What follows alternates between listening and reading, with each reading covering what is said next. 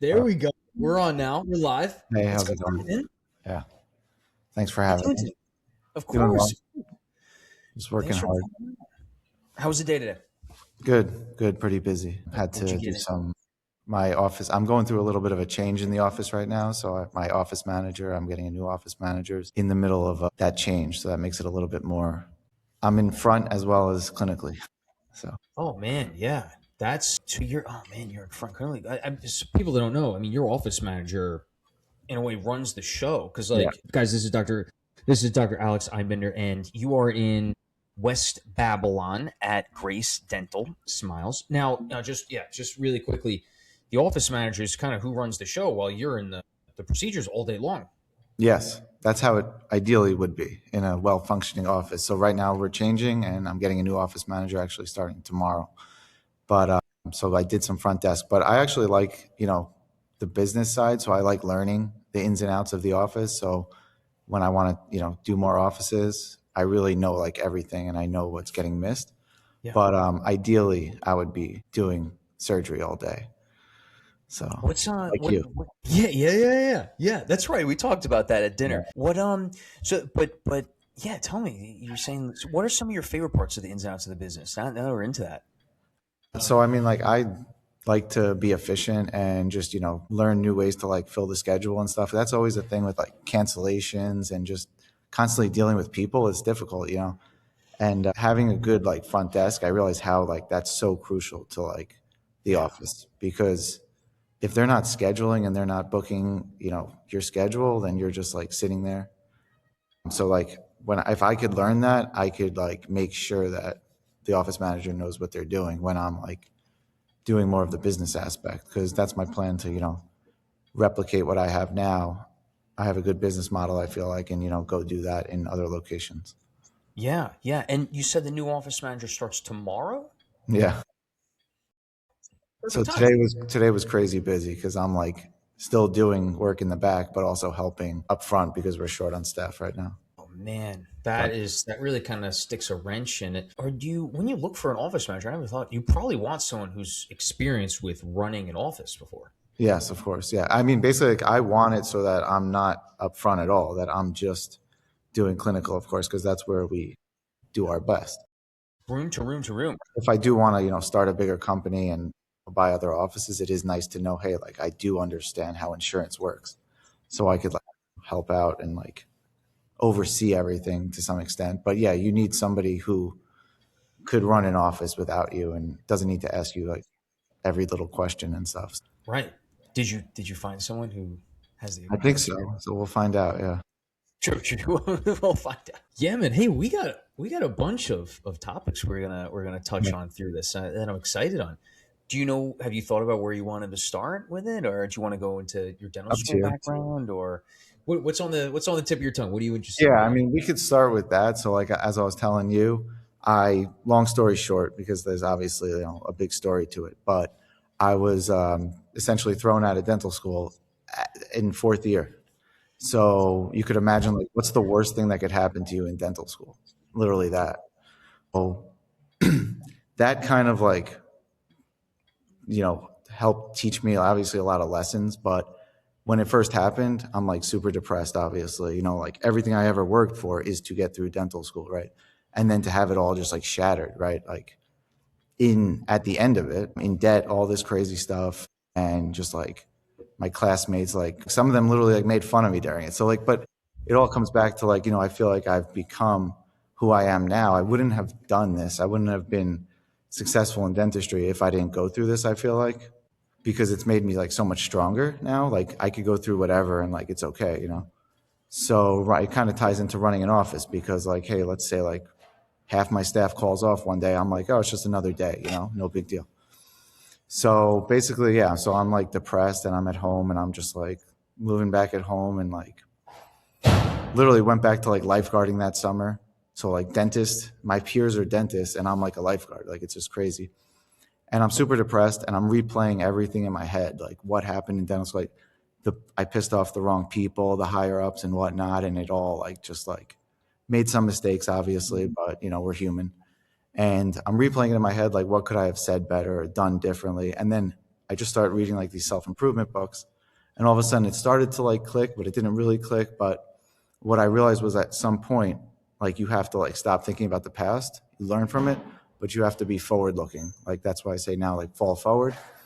And yeah, so but now I'm writing a book about it. But basically, it was a big mindset shift where I'm like, enough about the past. It's time to focus on like how do I better myself every day to become a better person moving forward, and what do I need to do to finish what I started, or if I go down another path, how do I become a better person?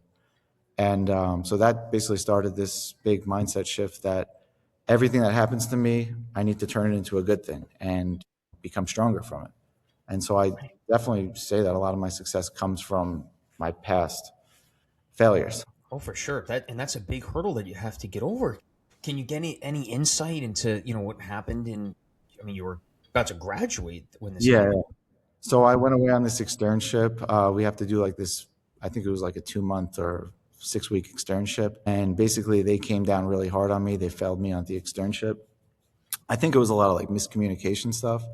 But, he said, she said, whatever. But I already had previous issues that I had gone through in dental school, like relating to like some like infection control stuff that I wasn't doing correctly. And it just kind of looked like I kind of took everything for granted. I was like, yeah, I'm in dental school, like, but yeah, like I pissed off the wrong people and obviously had some issues. And I remember I slept in for a remediation meeting. My phone was literally, I never knew this until now. I never make this mistake, but I set my alarm on my phone, but my phone was on silent.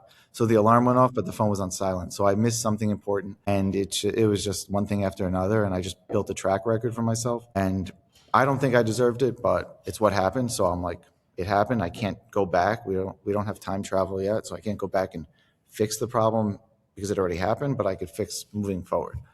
Like, how do I become better from this? So that's kind of my story, and I attribute a lot of success that I've had today to being able to deal with challenges now.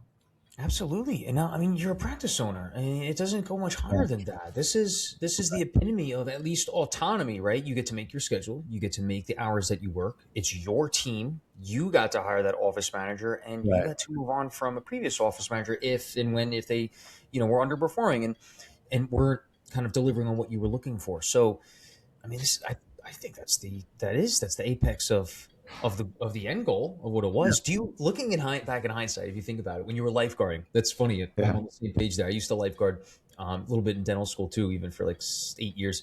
But Nice. when you were sitting there on the lifeguard stand, did you ever think of looking forward? And this is after being removed from that dental school, thinking you'd be a practice owner one day.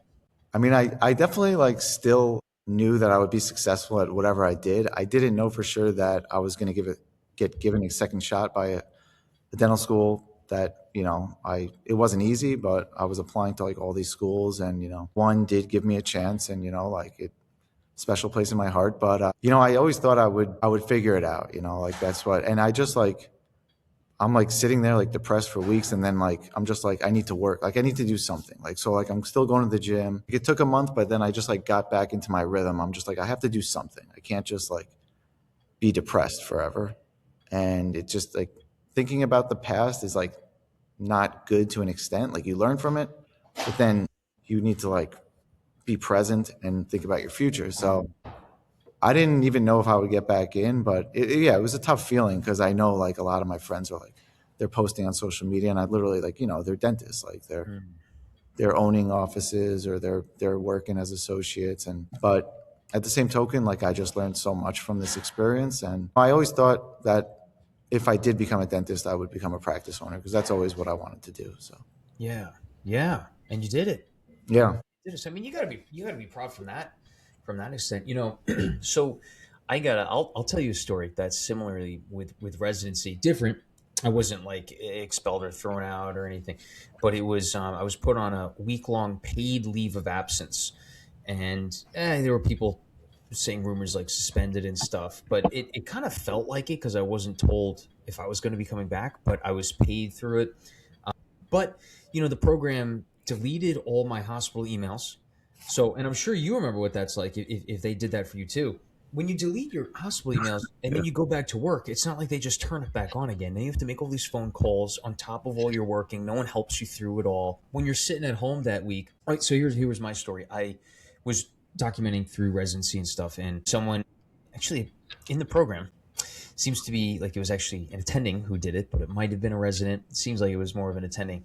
And they thought that I was putting up like inappropriate content talking about like patient care and this and that. And the GME office of NYU did a whole investigation, a week long and everything. And they found one post that they wanted me to take down. I was talking about, there was all these videos on TikTok doing a trend of Yeah. subway surfing where the kids 14 like these teens are going up on the top of subways as if this is a good idea so they can get views on TikTok. I've heard of that. Yeah.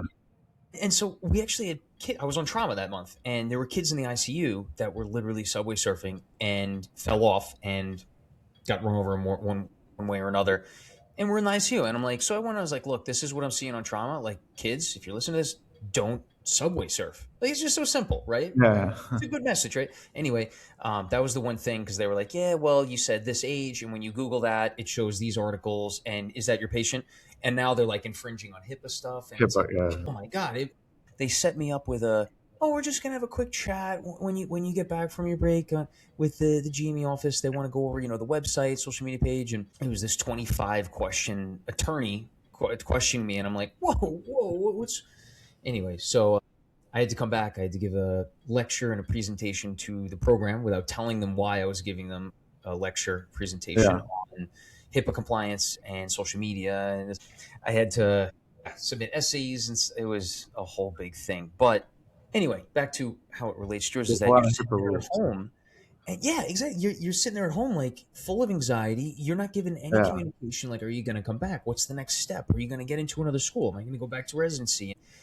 It's just heartless. Yeah. You're in a heartless situation, and it's really frustrating. But I think learning through moments like that, like you were saying, are super important, super crucial. And then at the end of the day, as we can both look back in hindsight, it's like, I'm glad we learned from that. It also didn't have to go that way.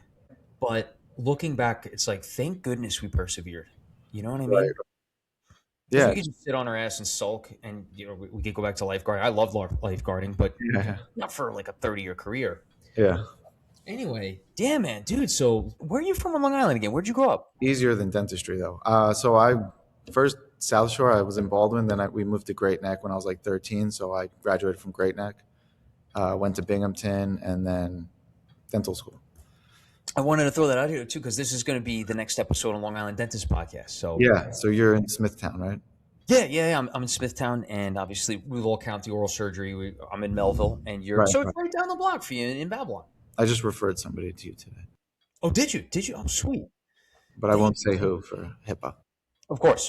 Yeah, we can't do that. But Dr. Brar and I, we enjoy getting. We got to get dinner again soon. Now that my exam's over with.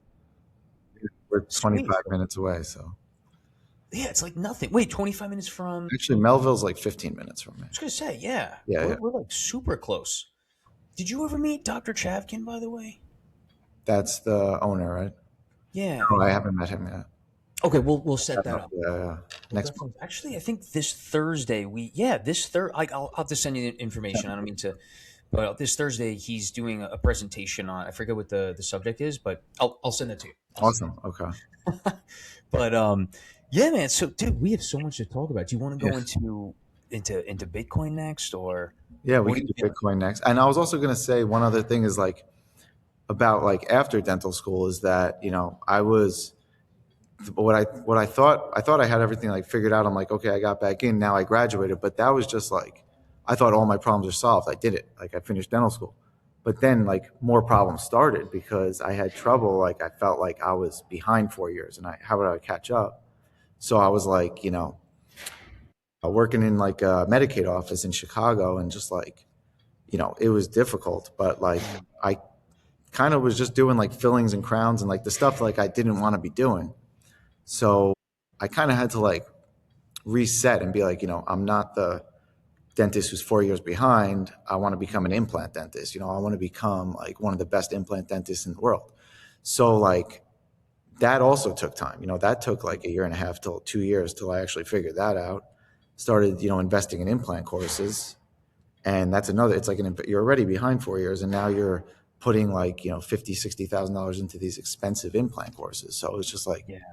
it's just crazy, but I still dedicate it like to like, being able to overcome these challenges. Like that's what made me become like the dentist I am today. Cause I might not have ever gotten into implants if I didn't, change that thought process is like, I was just like felt like I was just a regular dentist who was behind. And then I had to say, I Mm. want to be the best dentist in the world. Like, how do you like, you got to like tell yourself and really truly believe it before you could like actually start taking these risks, because And did you have to repeat all 4 years of dental school? Or did you get to three. start So I three? took a year off and then I started in second year, basically in the summer of second year. So Okay, it's pretty crazy story. I've heard some other stories like that, but it's pretty rare. Yeah. I would say I'm like one in thousands. probably more. Yeah, Ten. yeah. Yeah. That's so you had to do 3 more years of dental school after that. At least you were back in though, and then it probably was it smooth sailing or was it completely new fresh start? The second time was definitely easier. It was still dental school, which is like ridiculously hard, as you know, but Yeah. it was definitely easier than the first go around. Yeah. I mean, like I knew how to prep a tooth at that point, and I Okay, knew, that's good. I had already taken most of the courses, but And then still so like, right after still that, yeah, I was gonna say right after graduating, did you do a residency? Did you go? You said Michigan, Chicago. No, I was Chicago. going to do a residency, but so for New York, I could work somewhere else for 2 years. Hmm. So I chose not to do the residency. I worked in a busy office. I got a lot of reps in, and that's when I just started getting into extractions, and that's what I like to do. And then I'm like, I need to do implants, and then worked for Affordable Dentures for like 2.5 years, and then I did something really interesting where I was temping. So I Mm. was temping for like a lot of DSOs, and I'd come into these offices for like 2, 3 weeks, or like you'd sign a little like contract. But I'm going into offices that are like in shambles because they don't have a dentist. So I'm just covering. But you get to see a lot of things like what does this DSO do really well, and what does this DSO do? Like Mm. how do they sell treatment plans better? So I got to see a lot of different like perspectives from that side of it, and then I apply that to my office. Like Yeah. so. Which where when you, so those 2 years were in Chicago. Why'd you pick Chicago after dental school? I just thought it's a big city. It was in the Midwest. I had finished dental school in Nebraska, so I was like, I didn't mind the Midwest. I knew like I would. I started to feel like I didn't really fit in the Midwest, so I came back to New York for like long term. But it just was the next big city that was near there, and I still was like wanted to like be in a bigger city, not be like in the suburbs. But And are you? I mean, how long have you been back since then? Right? yeah, no, I've been back in New York since like 2021, so like almost like 5 years now. 5 years. Yeah. 5 years. And how you like it now? You're back in the hometown. You're back on Strong Island. It went by quick. Yeah, yeah. No, I like Long Island. I wanted to like be in the city, but it's just too much there. Like I'm not a city person. Mm. I like the outdoors, and I like to be able to like get in my car and drive. So Yeah. probably similar to you, right? Yeah, I agree. I agree. The city now we can all agree the city's good for some time or another, right? But then I mean, Long Island's great. We got the city that way. We got the Right. Hamptons and the beaches that way, that way, and we got a great set of vineyards on Long Island, breweries. There is Yeah. really so much to do here. So I totally agree. Yeah. I'm a big beach person, so I chose that. Are you South Shore? Where do you live? Yeah. Right now I live in Amityville, but I was in Lindenhurst for a while, so I just was near West Babylon. But that's yeah. So I'm like 15 minutes from the beach, so I go like all the time in the summer, Oh, that's nice. and now too sometimes. Even now, really? Yeah, but I'm not. Yeah, I also scuba dive and stuff, so I do a lot. I surf in the summer. That's the perfect place to do it. Oh Yeah. man, and when did you learn how to scuba dive? I remember you mentioning this. Yeah, I mean, that was like, that's been like over 10 years I've been doing it for now. Oh So man, 10 years. yeah. Was that dental school or I where? actually did it in the beginning of my second dental school. I was taking like night classes. I was always a big swimmer, so I was like, I got to get this certification. And Yeah. we did like our checkout dives in the lake, When was the last time you went? like 2 weeks, 3 weeks ago, actually. I was in Thailand, the trip that I went to. There's Yeah, no yeah. way Here you went out. you got to have your ice certificate right now. It's Yeah. so cold. The lakes are frozen. I'm ice skating here now. Yeah, yeah. How'd you like Thailand? It was awesome. Yeah. Much warmer, and it's very different. Like, the food's not as good for me, but like it's super fun to like see a whole nother culture, a whole nother side of the world, and it's beautiful too. The islands, there's islands everywhere. Yeah, you take a boat, And much cheaper. affordable too. I heard everything's so much Yeah, more affordable there. I got a haircut there and it was like $10, but it was the equivalent of like $100 haircut here. Like it was, he took his time. Like it was like a barber shop. It was, yeah, it's like, it's much better pricing. And so, and back to so Chicago for 2 years. That was one office. When did you start temping at DSOs? Was that here back on Long Island? Was that So before? there was Chicago for two, and then there was another like 2 years at Affordable Dentures, or maybe it was a year and a half ish.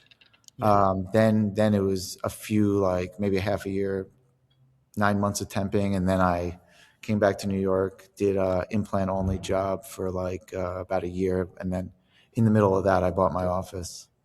for about a year. Do implant only. How did you? Yeah, Where did you find that? Where was that? that was Contemporary Dental Implant Center. Wow. Yeah, so that was an interesting experience too. Actually, like that. Basically, how that office works is like Hmm. they had multiple offices, but the previous dentists who worked there, they'd go from each office just once. The office is like open like once or twice a week. So you're just going in and seeing all the patients in one day. Wow. So that's kind of their business model. But at the time I came in, they were trying to cut back and like make it more of like a normal office. But so that was a very interesting experience with weird stuff that happened too. But it's all for the better. Yeah, that's where I really like got good at single implants because with affordable dentures, I was doing like over dentures all day. Then I started to get into like the fixed, all on four. But Yeah. then I went to this other job and I was doing like 95% just like single or bridges implants. So You had such a great experience it was between all great. these different directions. You know what I mean? Which was honestly, which one Yeah. do you think was your favorite, and which one did you learn the most from? Maybe those were two separate. The best was definitely, I mean, I'm not pushing any DSO, but affordable dentures was the best experience overall because, first of all, it was easy. Like once you get good at extractions, you're just doing the extractions. And then for the most part, like the assistants and you have your own lab there, like they're so good at it. So like you just need to like take impressions and like you're done, like your job is done. Like they just take it from there. They make the dentures, you put it in, your assistants help adjust it. And like, I just feel like it was just like, not only was it easy, but it was also fun and rewarding. Hmm. It's easy when you get good at it, basically, because you're doing the same thing over and over again. Yeah, yeah. And And then do you do a lot of that day to day now? now I'm doing a lot more single implants. I want to get back into like all on four, and I do some overdentures here and there. I'll do a all on four, but I'm not Yeah, like my office because I also have associates. It's we do general dentistry, like we're doing everything. everything. Yeah, yeah, yeah. The only thing we're really referring out is like the IV sedation cases and retreat endos or like really difficult endo. Right, right. But me personally, I like surgery, obviously. Yeah, yeah. We talk the same language in Me that. too. I got another question for you then, though. What was the worst experience that you had? I mean, the worst experience would probably be the job after the Medicaid office in Chicago. I was just doing like fillings all day. And that's when I Mm. like looked myself in the mirror. I was like, this is not what I want to be doing for the next 10 years, you know? You Like, said that was after the Medicaid office, or that yeah. was There the was like an in-between time in Chicago where I had another job for like a few months. yeah. And then I went to affordable dentures because I was just like, I wanted to just get out of that and just like kind of, that's when I left that, I just gave up general dentistry for, 2 years or so, Mm. which was great. That's why I say affordable dentures was the best because like you don't have to you're not doing any general dentistry really. Very rare. Like I might do some fillings just to help the patient out, but Yeah. it was just dentures and implants. Just dentures and implants. And now, Yeah. here's a quick, because if it's affordable dentures, Affordable, yeah. how is it? Because I mean, implants and many dentures are expensive. How did they put that together? They're such a big DSO, Hmm. so they're buying the implants for like a third, a fraction of the price. I'm pretty sure it's Yeah, actually like a third. cholesterol. It's like like 30%, 40% of what other. Yeah, so they're buying in such bulk. So yeah, the implants they're pretty affordable. I mean, I wouldn't say it was cheap, but it was compared to a private office or an oral surgery office. Yeah, Wow, wow. yeah. Yeah, I mean, I guess that makes sense. Yeah, they're buying in bulk like Costco. Yeah, you need a lot of practices to do that. So really, only the DSOs and the large organizations can do that. Yeah, And the lab is in house, so they're saving money on that too. Because to make dentures is actually just doesn't cost a lot of money for materials, and if you're not sending it out to a lab, you're not paying a premium. You have a good lab tech, and then there was the person who poured it up, and they had a good system. yeah. That's why I say it's all about systems. Like that's what I'm trying to get to, where my office could run without me. Mm. Go do another one because But yeah, that's the hard part, is putting in the systems in place in your office where everything could be taken care of and run smoothly without you. So tell me about this system then. What's the next step? Obviously, you need to get an office manager up to pace, making sure that they can do that. And technically, you could be removed. The office manager runs everything, right? Yep. And I think all the other hard part is associates. Hmm. Like, some of them want to work hard, but other of them, they just want to work and just Hmm. go home early. So you have to have people like buy into your, vision. And that's something in business that I feel like I think I've struggled in, that communication and like selling my vision. I think that being like business, I'm good at. I always thought, like, oh, I'm good at business, I'm going to be fine. And they say dental school doesn't teach you business. I would say dental school doesn't teach you leadership, because leadership's more important. Like, that's how you run a business. Being a good leader, that's what I'm realizing.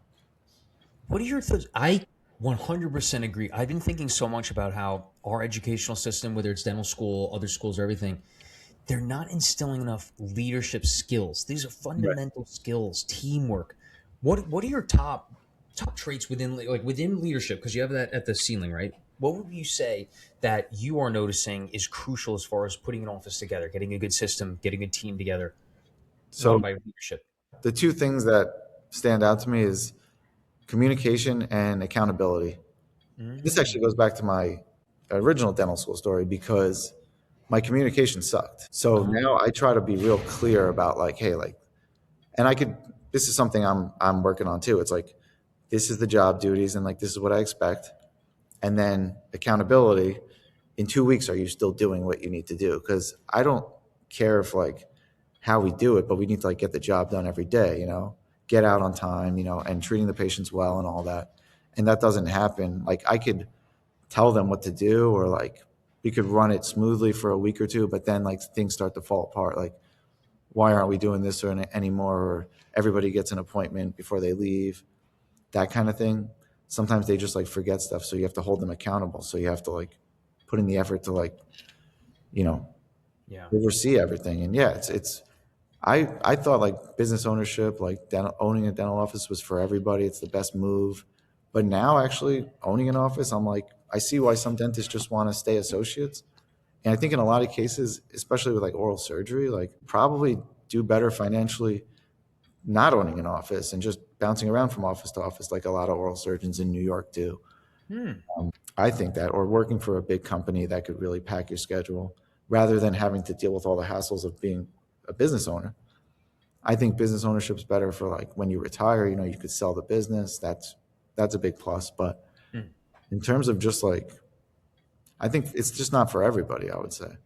And even Yeah. myself, I'm like, oh, I wish I was an associate right now when like the schedule falls apart. You're just like, I wish I was an associate, because I would be getting, a daily guarantee.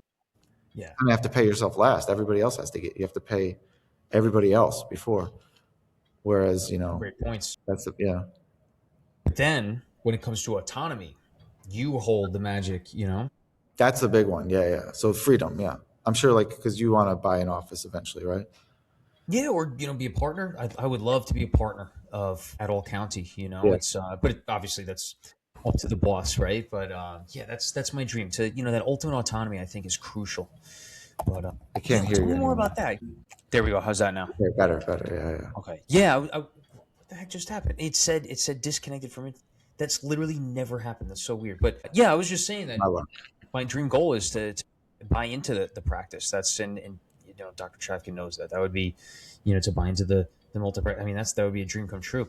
But yeah, because I think that autonomy. I completely agree with you. But it's the autonomy is good, but you also have to. You were saying the associates. The first thing that came to mind is that associate, like you were saying, they could just want to work the whole day and leave, or work the whole day and be invested in that same vision that you have. How do you instill the vision and that you have, the same goals in your with your team? So I think the only way to really do that for an associate is probably give them a cut of equity, actually. Like what you just said, bring them on as like an equity partner so that they share in the profits, but then Mm, buy into it. Just getting along with them and like telling them, this is what I expect here. And, I expect that, if somebody needs same day dentistry and your other patient cancels, that you're going to knock out a few fillings, or, do, like work hard, that's because, mm, you're here, and that's just what I expect because I'm the owner. But I think that's because I've went through some associates and some of them, you could tell the different ones. Like it only takes like a few days where like they want to work hard. They want Yeah. to be, and I think I even like because I know I was an associate too, and I was like on the days where it wasn't busy, why would I work a little bit harder, right? Like why? I'm just like, oh, I'll just get out early. Mm. I don't own the office. But I felt like that actually was like building bad habits for me because that's like laziness. It's like do your best at whatever job you do is like actually I think actually builds into like when you do become an owner, you're going to work harder, like, be more invested in it. So Yeah. there were times, yeah, I see the difference. Like I understand that angle that they're coming from, but Yeah. Now, you don't have to reveal anything to me. Could you see potentially in your or one of your associates, is that a plan that you would instill? If you see someone that's really a go getter, there to work hard, contributing, always taking the next, always adding filling the schedule packed, but always doing the next thing when they can. Do you think you'd consider giving them equity in that practice? Is that something yeah, you thought? definitely because that would allow me to leave more, be more days off. Because there were times I had my office running where like I could be away for a week or two, but there's times where like if I go away for 2 weeks, I know I'm just going to come back to a mess. Mm. So, but I would like that's my goal. That's my next goal. That's my next like challenge. Get it to the point where like, hey, I could just come in 1 or 2 days a week, and if I had another office, I go there 1 or 2 days a week, just do implants or wisdom teeth or whatever, kind of like a mini oral surgeon. Mm. And that's where I think I could be absolutely most effective at this point. Doing that, to going to a couple practices, and you could trust them with that. The other day, that's what my boss does. He does a Right. couple days here, a couple days there, and like I think three at three different offices. It's a Yeah. great strategy to get to, and I agree with you. I think that equity, that instill that's the ultimate Yeah. accountability where they have to be held, because now they are part owners in that office too. Right. So if it's going to be a mess, that's literally their image. This is your office that we share together. I think that's a really good plan. I mean, I don't think there's anything better than that, Yeah. you know. But coming back to the ownership, remember we were talking about a dinner with something with the roof in your practice, the ceiling. This week, yeah. Yeah, what the heck? What happened with it? Because you're not the owner of the property, the building, Right. but didn't they just dump all that fees and the fixing and the payments on you?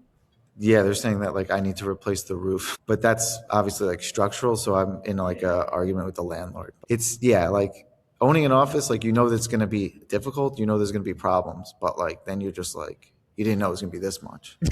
But at the same time, yeah, like that freedom to just hey guys, I'm going away like the first week of March, whatever. I could just say that, and what are they going to say? Like yeah. so that's nice too.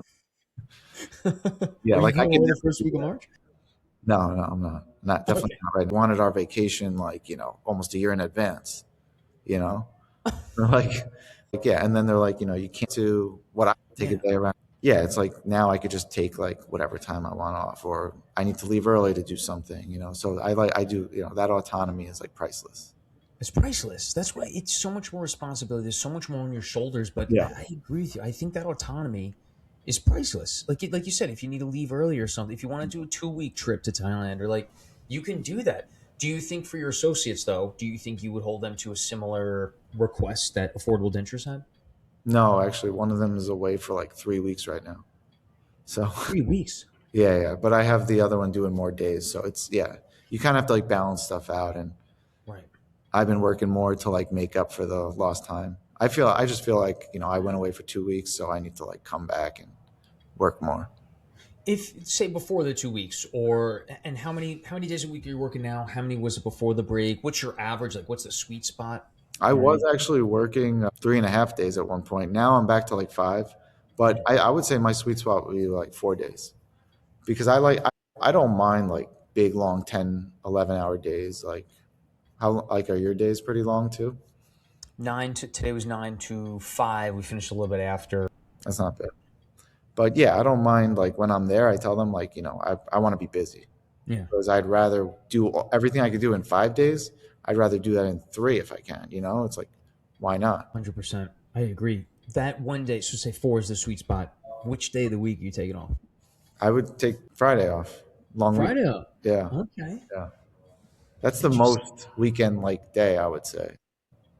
Yeah, yeah, it is. I've always thought maybe Monday though, because I mean the Friday vibes in the office are pretty. pretty awesome. But pretty good. no one's happy in the office on Mondays. No one's like excited on the. So I would take Monday off to work Friday. Monday's a good day too to get stuff done.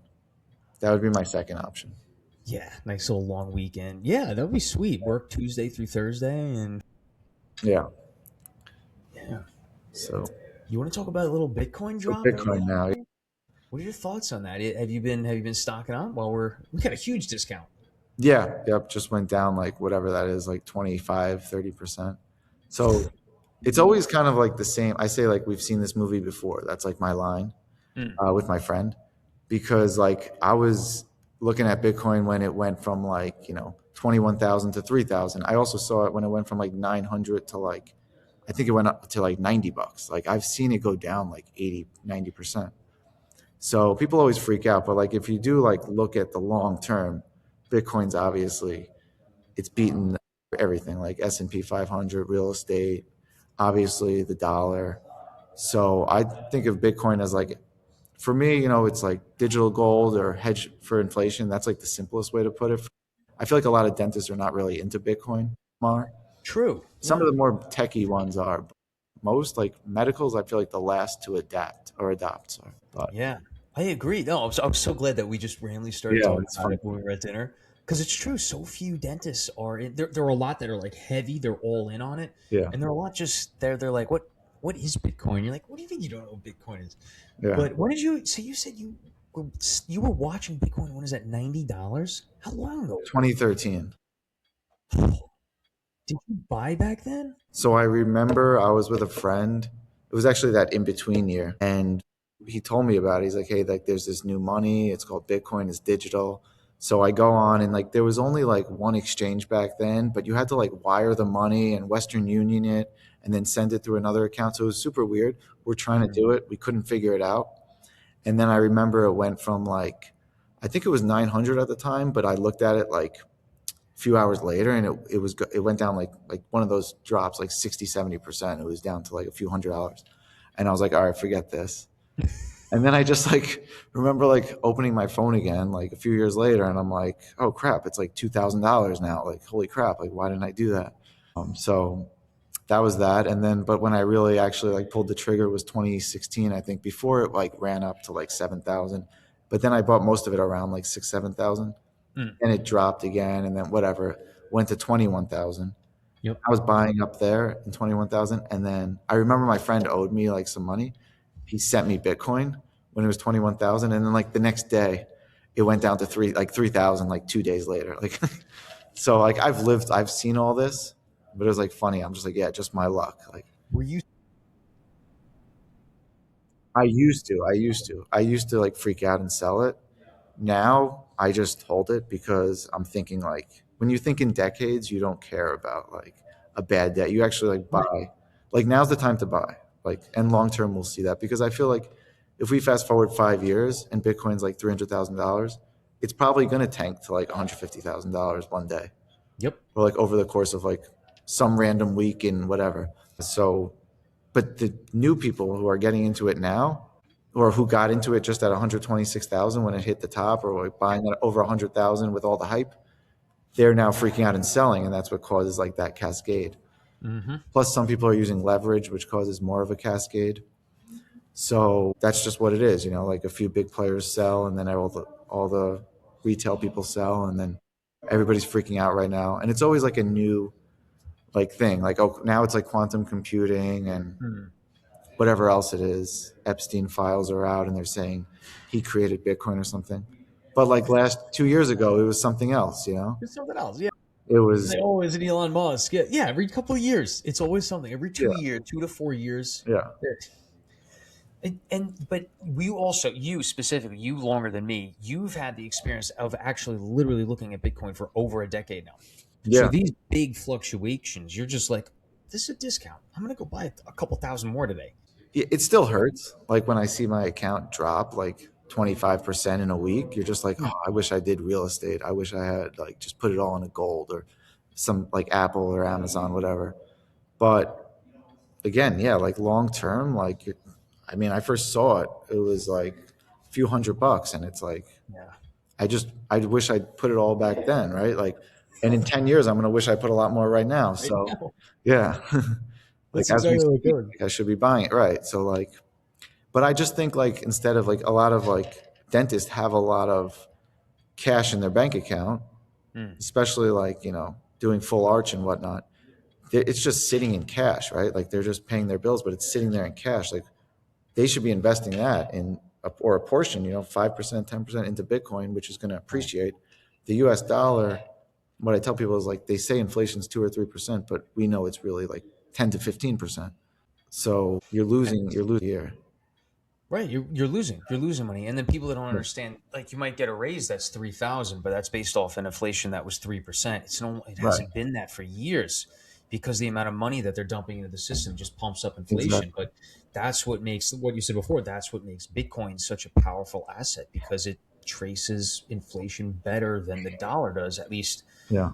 at current day. But yeah, you got to be able to stomach the fact that how long ago was it where it was 120 and it's literally half that now. I got it on my phone right here. Yeah. It I was got three. I got like VOO. three I got months. Bitcoin. Yeah, it's at 69,000 right now. Yeah. It's just, it was, I mean, what, 3 months ago, it was 120. So if you're buying there, I mean, that was the time to sell. I'm not a trader anymore. Like, I just don't think I could. I do some like with stocks, but not, yeah. But Bitcoin is my, like, just hold on to, like, that's my house. Like, but real estate's good too.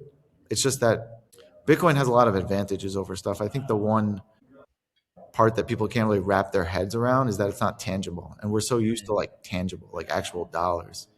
But what a lot of people fail to realize is like, well, people know, but like dollars could just be printed out of thin air because the government says we're injecting, Yeah, a few trillion dollars because we need to pay debt, right? And then the problem with stocks, which I think stocks are great, like certain ones could beat inflation, but again, like if a company does well, what do? They issue more shares to raise more money. yeah, And then gold and silver is good too. That's probably your second best, I would say. But like the issue with that is you can't just what are you gonna do? Barter with somebody with a gold coin or like shave off some gold off your like bracelet? Like you can't really trade it. You can't send $1 billion, like if you're like a company and mm, you want to trade, you have gold, you can't send it across like I say, you can't send from US to China in seconds. With Bitcoin you can for a few pennies or a dollar, like so that's kind of the advantages. So I say dental offices should accept Bitcoin because you could just swipe it on your phone, or scan it. But more yeah. importantly, like if you have extra cash in your account, you should invest a small portion into it. So I'm 100% in agreement. I yeah. do a little bit into Bitcoin and a little bit into the stock VOO. It's just an Right. ETF index fund for the S&P. Do you do like a monthly recurring or a bi-monthly recurring buy, or do you put everything into account, wait for a drop in the market like right now, and then dump it into Bitcoin? Because I know there are two strategies. Yeah. Yeah, I'm more towards the first one. There was a time I was doing like a daily buy. I just set it up and it was doing it. But I'm just like, I'm looking for like some dips, but I'm also buying high sometimes too because I don't really know which way it's going to go. Right. But I try to not buy like a day where it's up a lot. It's going to drop back down, and the days where it's tanking, it's going to go back up. It's just I haven't been good at. I'm not good at timing. Nobody could like time it exactly, but some people are more savvy. But for me, I'm just like, if I'm holding it for 10 years, does it matter if I buy it at 69,000 or 80,000 or 90,000? It doesn't really matter in 10 years. I just feel Exactly. like the way inflation's just running away from us at this point, it's so Mm. obvious. Like it's got to go up because it's capped. Yeah, and everything has been going up for the most part. Yeah, it's just on a little dip right now. These are the sweet Yeah. spots of buying Bitcoin. It literally is right now. Anyone listening to this Yeah. right now, Yeah. it's it's at 69 right now. I see it 68 $973 after that. This is the sweet spot, man. But yeah. So you're in Bitcoin. Do you do Ethereum too, or just I have some Ethereum and Solana mostly, and a few other like little things. But what I realized was like buying these other like coins, like they never really panned out for the most part. mm, So, but Bitcoin's like if the one I say like if I just put all my money in Bitcoin, it's kind of like with stocks, like playing with penny stocks. If I mm, just put all my money in Apple, I would have been better off. So I just see Bitcoin as like the apex, yeah, cryptocurrency. Other people think Ethereum is, or they think there's certain other ones like XRP. And I do have some of those just in case they go up like 10 times. But I mean, the safest, I don't think at this point Bitcoin's going to like make you rich. Because I'm not like some other people think, oh, it's going to be a million in 2, 3 years. Like, I don't believe that, but it's going to steadily go up. It has to because it's capped at 21 million. So, and they say like quantum computing, that's like the new thing that they're saying. But don't you think if like there's a computer, like a supercomputer strong enough to break the whole code of Bitcoin, which is running on servers around the world, they're going to figure out how to upgrade the servers to Yeah. like fight against that. So like that's what yeah, that's just my opinion, but there's a lot of people who still don't really. I feel like once you understand Bitcoin, you start buying it. Yeah. But if you Yeah. don't Everyone fully does. understand it, it's easy to talk crap about it. That's also true. That's also, and then the talk is just it's Yeah, situated on no, it's on a stand foundation. But yeah, I'm a big believer in Bitcoin. I like exactly what you said, and I don't think it's going to be at a million in 2 or 3 years. I think we're looking at more like 2035, 2040, probably. It could be longer than that. I think we have at least another 10 years before it's a million. Because if you look at the 4 year cycles and stuff, right. but yeah, I mean, I don't buy Ethereum. I like Doge just in case, because like you Just gotta in have those case. just in case. Just in case might go to nothing, but like just in case it You know goes what I'm up saying? 100 times next year. Yeah, you gotta have it. You gotta have it. Got a hedge here. Yeah. But that's awesome that you're into that. Like that was great. Like when we You met. too, man. Yeah. It was so great that we got to connect on that topic. I was glad that we were like, okay, we're gonna talk about this on the podcast, that on the podcast. Yeah. No, it's nice to get all of us in the dental community together on Long Island, because that's something Yeah. that I've always thought about. Like I don't know, I'm a big fan of like the team atmosphere, teamwork, and Long Island. A lot of people are moving off Long Island, so it's nice to see someone young and in our age group, you coming back here and as an Yeah. owner on Long Island. Like I can only name, I think, 2 or 3 dental practice owners that are in our age group on Long Island right now, Really? Yeah, I which is don't know a lot of dentists. crazy. Yeah, I'd like to like go to more. Maybe I should join like Suffolk or Nassau Dental. You want to do that? You want to join Suffolk? I've actually been wanting to do that. Yeah, just to meet people, like something social. I need more like social events. Yeah, right. Like I want to know who's in the area. Who can we like work with? Who can we collaborate cases with and stuff? Actually, let's look into that. I'd appreciate that. We could And go to some of those events together. I gotta figure out when they are. I'm down. And definitely a Bitcoin dental group too. Oh yeah, Or crypto. yeah. I know. Your friend that you said you talked about with crypto. Are they also in dentistry as well? The friend that I first got involved with it, no, he's in sales. Sales. Okay. Yeah, Okay. he's not in dentistry. That would have been funny if they also went into Yeah, dentistry. yeah, All right, man. Hey, this was a good chat. We're on almost an hour now, yeah. dude. Thanks for coming on. I know you had to wait like a couple months. I'm sorry. I just had to finish up that exam, which was literally How did your boards go? Yeah, 1 week ago today. It was. It's hard to read them. The examiners, they keep a straight face. yeah. Whatever you answer, no matter what, they're like, I understand, and they keep moving forward. And it's like, all right, I have no idea what's going, like how I'm doing. So it's But not yeah, a thanks it's for not a asking. written test. The written one was last year. That's like part one, and then this is part two, and it's all verbal. They just fire questions at you across the table, and you Yeah, write. But yeah, man. So all right, dude. Hey, we'll chat. We'll yeah, chat soon. Yeah, let's look into the Suffolk meetings. I would like to go to those with yeah. you. Looking forward to seeing you again. We'll do a dinner sometime soon. Yeah, man. All right, All we'll right, talk soon. all right. Thanks for having me on. Thanks for coming on, man. Yeah. Good night.